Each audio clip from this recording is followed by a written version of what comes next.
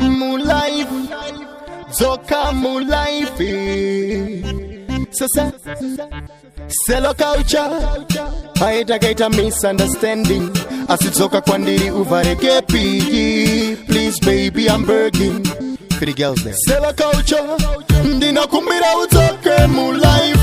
Mangu usipo andisiraiti. Napota, ingapaya wakandivimbisa kuzoita my wife. Baby ndiri murima ndino da light. Iwewe usipo ndiri pataiti.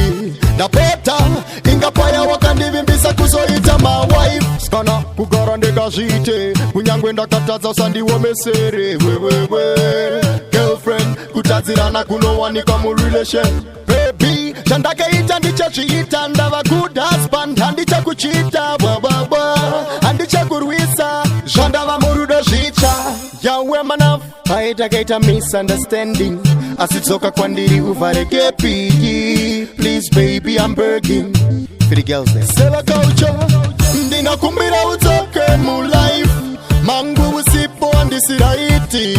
Napota, ingapaya wakandivimbisa kuzoita my wife. Baby ndiri murima ndino da light. Iwewe usipo ndiri pataiti. Napota, ingapaya wakandivimbisa kuzoita my wife. Wakandikumbira moyo wangu ndikatitora. Wakandivimbisa uzofe wabudzora. Osinasi wondifuratira. Saka nekubatikana songu yerudo ndanyora. Asisi kunakidza ndiri ndega. Baby ndashika pakutora peni nepepa. Ndinyore song nguva yareba ndichikubega. Baby mumoyo nemufungwa zvino ndinetsa. Ndepapi pandiri wrong. Ndinakumbira utoke mu life. Mangu usipo andisiraiti. Napota ingapaya wakandivimbisa kuzoita my wife. Baby ndiri murima ndino da light.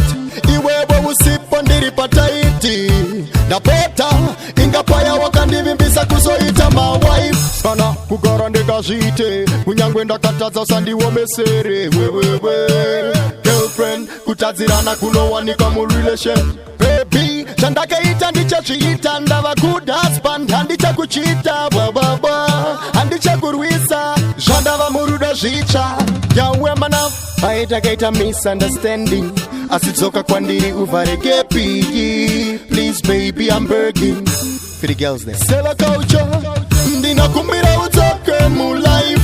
Mangu usipo andisiraiti. Napota, ingapaya wakandivimbisa kuzoita my wife. Baby ndiri murima ndino da light. Iwewe usipo ndiri pataiti. Napota